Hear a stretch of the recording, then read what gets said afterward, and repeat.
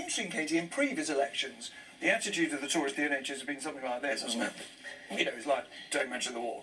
Whereas this campaign seems to want to keep talking about it, just to say, look, we're not going to be embarrassed, we're not going to be ashamed. Yeah, and if you look at previous election campaigns, Linton Crosby, the Australian strategist, has been quite heavily involved. He's not officially involved on this one. And I think the method has been that NHS is an issue that traditionally hurts the Tory party. It's better to almost step away from it. I think a calculation has been made under Boris Johnson, advised by Dominic Cummings, who's been working with him in Downing Street, that it's too big an issue to ignore. And actually it's better for the Tories to get on the front foot, which is why you're going to keep seeing Boris Johnson going to hospitals, even if he is harangued at various hospitals of issues. I think that there's a sense in the Tory party that just to have him on the news at 6, the news at 10, being filmed walking around hospitals, pushes this idea that the Tories are a party that supports the NHS. But I don't think it's without risk.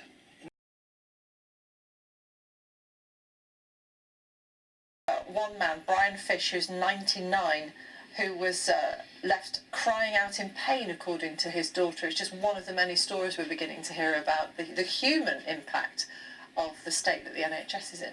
Yes, very much so, and the A&E headline figures are very worrying for the Conservatives, the worst since 2004, but it's, I think, often when you give a human face to these problems that it really resonates with people, and this is someone who is very much an exemplary character, and he's 99, and you really do feel that someone that age does deserve much better, and so I think that is the sort of front page which will trouble the Conservatives, because it's one thing to look at the numbers in abstract, but it's when they see the human costs that it really resonates with people. And so many stories like this will come to the fore. Yes, and lots of people said, is it such a wise idea to have a winter election for the Conservatives when the NHS is already a weak spot for them, no matter the fact they've pledged more funding? But I think ultimately there is a sense that this could get worse, and actually you see in this Mirror front page they're talking about warnings of the bleakest winter yet and the pressure on the A&E.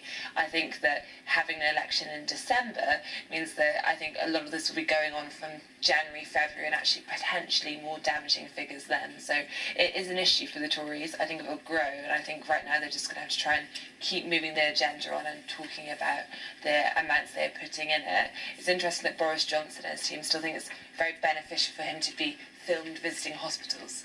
But I Even think, though he's been barracked by people, hasn't he? I think their sense is if it gets on the news at 6, at news at 10, and people aren't really listening with the volume on, it's just a generally Picture of positive him in optics. awards. Exactly. So, but I think the more you get stories like this, the trickier it is for them to kind of neutralise that issue. Let's look at the Daily Telegraph.